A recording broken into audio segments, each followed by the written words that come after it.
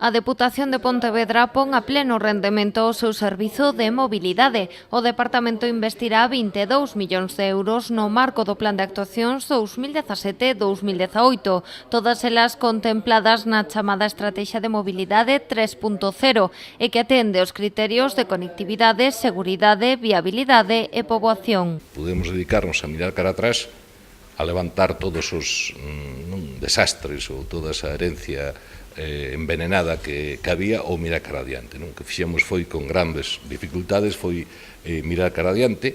Segundo explicaron esta mañá, son 27 actuacións en estradas provinciais de 20 municipios de toda a provincia. Todas axústanse ao novo decálogo da Deputación e atenden a peticións xurdidas das entrevistas con 52 alcaldes que solicitaron máis de 200 obras. E é que non vamos a facer actuación nos que o prioritario sexa o vehículo, sino que cambiamos o eixo de prioridades e a partir de agora os colectivos máis vulnerables da sociedade van ser os que se van dirixir as actuacións públicas da Deputación, que son, como sabedes, os nenos e as nenas, as persoas con algún tipo de dificultade de mobilidade, ou as persoas maiores, ou os ciclistas, etc.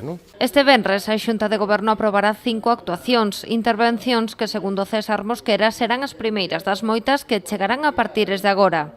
Pasamos ese muro, esa costa tremenda que parecía que era inacabable, que non dábamos rematado nunca, de ir correxindo os defectos, correxindo aos problemas que había, verdad? E agora, digamos que empezamos a costa abaixo xa cunha cantidad de proxectos para executar, e demais, enorme. O Goberno provincial insistiu tamén en que todas as obras están ben enfocadas e atenden a unhas normas equitativas. Segundo Silva, é a primeira vez que a Deputación ten unha estrategia global de actuación. E, polo tanto, tamén unha forma distinta de actuar, donde se actúa en toda a provincia, sin ter en conta as cores políticas desas comarcas e quen goberna en cada un dos concellos, senón con unha estrategia clara. As obras financiaránse con 15 millóns de euros da área de mobilidade e 7 da de cooperación.